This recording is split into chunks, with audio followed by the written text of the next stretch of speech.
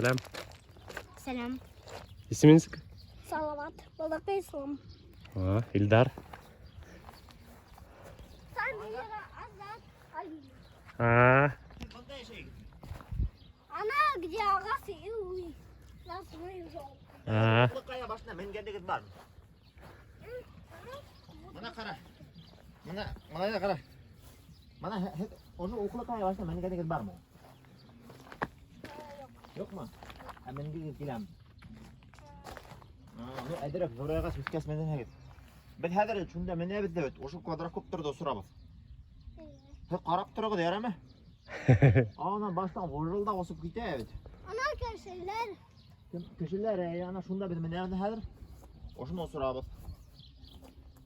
Біз бұл ауылда еше едім. Emin бірігіне раз мінтім. Мінтің мі? Біріг. Сен тоже бұл ауылда ешең мі? Тайышта ешең? Ana онта. Ne diyeyim, taş attın lan. Taş attı. Neyse yaşıyorsun hadi. Mine biş. Ne? Bu şimdi başa durdu. Gitti уже. O, mektepke varan mı? Молодцы. Yaray, давай. Ne, maturu kıvı yarar mı? Давай, пока. Selam. Selam. Selam. Вот, молодцы.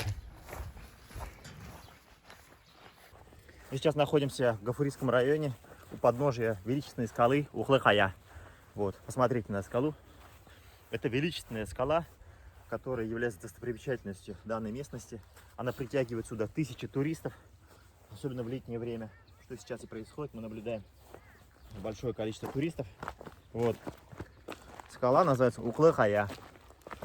Просим всех бережно относиться к природе, особенно к данной местности. Здесь очень красиво, давайте беречь эти места, не мусорить, вот, и ценить.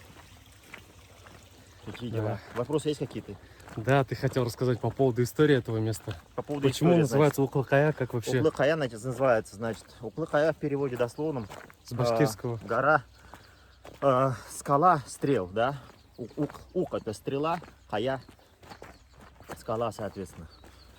Никто достоверно не знает историю происхождения этих стрел, откуда эти стрелы здесь возникли вообще, откуда вообще здесь появились эти наконечники у подножья. Есть легенда, которая гласит о том, что в древности местные жители для того, чтобы именно испытать юнош молодых, то есть достигли ли они зрелого возраста, действительно, стали ли они настоящими мужчинами, испытывали их таким образом, то есть находясь у подножия этой скалы, они стреляли вверх, их стрела должна была достигнуть вершины этой скалы. Вот этой скалы. Тот юноша, стрела которого достигала вершины скалы, считался уже настоящим мужчиной. Вот такая легенда. Красивая. Красивая легенда. Да. Но, скорее всего, это было и на самом деле так просто. Возможно, возможно. Никто точно этого сказать не может, но места действительно очень красивые. Если подняться по реке, вверх по реке на 8 километров, то там располагается известная на всю республику пещера имени Победы, или по-другому Киндерлинская. Она славится тем, что эта пещера самая протяженная в нашей республике.